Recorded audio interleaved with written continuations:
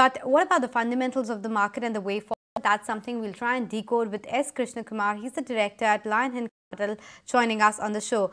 Hi Krishna, good to be speaking with you. Let's begin with the market setup itself. We are fairly excited that this number of 22,700 came in on the Nifty. The Sensex is now past the level of 75,000. Do you think it's a realistic expectation of sort to expect a number of, let's say, 1 lakh on the Sensex within the next 10 to 12 months? I think markets have been trending very positive over the last year, and particularly with the elections being kind of uncertainty that's behind us. In some way, the market is thinking that it's a one-way street for the existing government. So this are not seen or discounted yet, basically, in terms of the other macros that could kind of take stage. We do have global growth, which is just a little bit wobbly.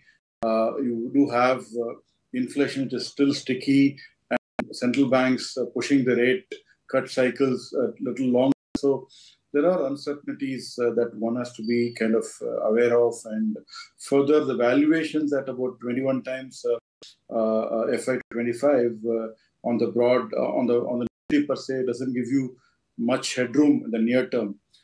And so would that be on Sensex, right? So I don't think it's appropriate to expect a 1 lakh on the Sensex in the near term.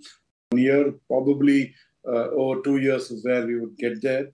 I think given the current index levels, we are kind of expecting a single-digit return toward the end of the year.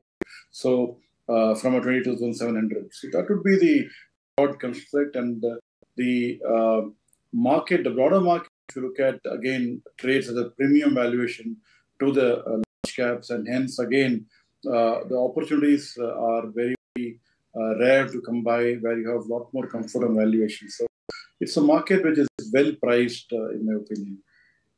Price market, and the valuations are no longer cheap. It's probably a bit on the more expensive side, but we're at the cusp of the earnings season, which could perhaps be the next trigger for the markets. What are your own expectations in terms of which sectors can probably surprise us, and which are the ones which have more room on the downside to disappoint?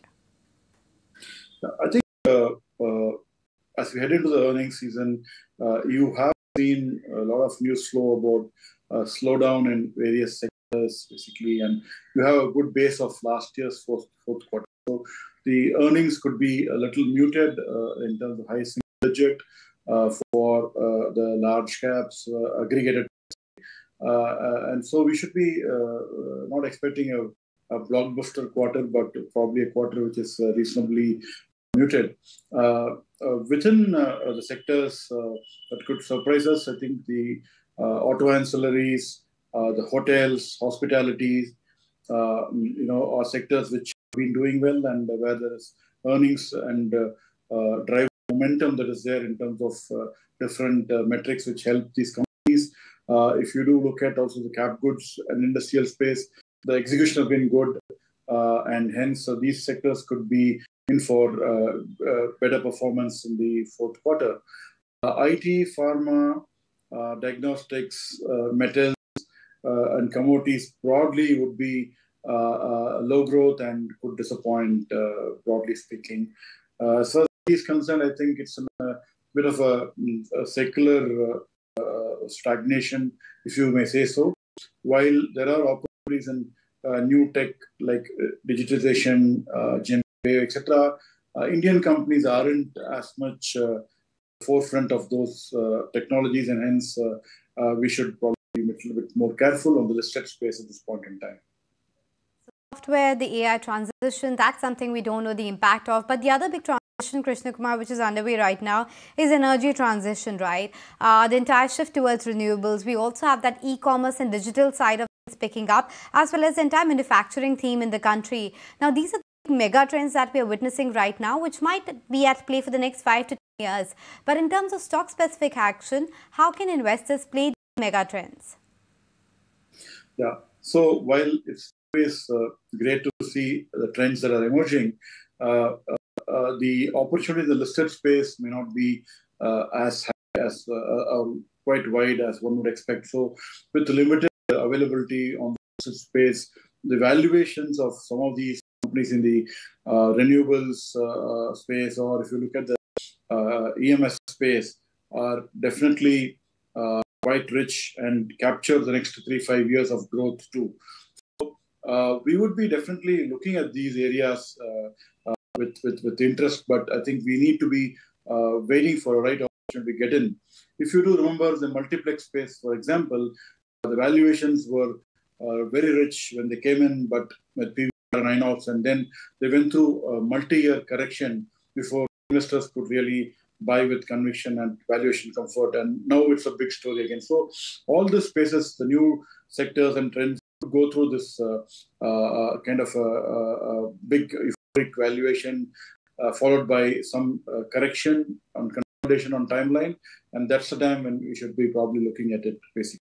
But if you look at the manufacturing side, X of EMS, there is a lot of opportunity that has emerged, the government's push, and also the fact that we are displacing or taking market share globally from China. So if you look at engineering, if you look at textiles, if you look at automotive, forgings, castings, and also some of the products on the product side, on the capital goods, we are seeing good exports that is coming through. So I think that's the space where one can look for trends, which is a part of the manufacturing space, which could be more comfortable on valuations. And Krishnakumar, what's your view on the two divergent sectors, real estate, which has been in an up cycle, and on the other hand, chemicals, which has been in a bit of a down cycle? I think what happened in chemicals is a bit of, I would say a one-off where we kind of had a big, growth in earnings, and from which came from inventory valuation, and also the fact that there's disruption globally, and valuations really shot up considering the kind of delta in earnings. But things have settled down.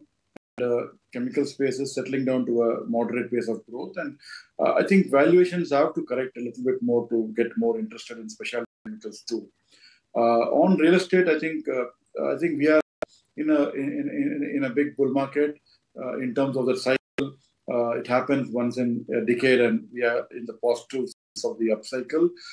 Given the kind of job creation and investments happening in the economy, we see a lot of demand for housing continuing to pick up across the board in various metros and tier 2, and commercial occupancies are also kind of improved very well, and rates are going up. So we see real estate is one space where the cyclical uptick could sustain for a year or two, and should participate in that appropriately.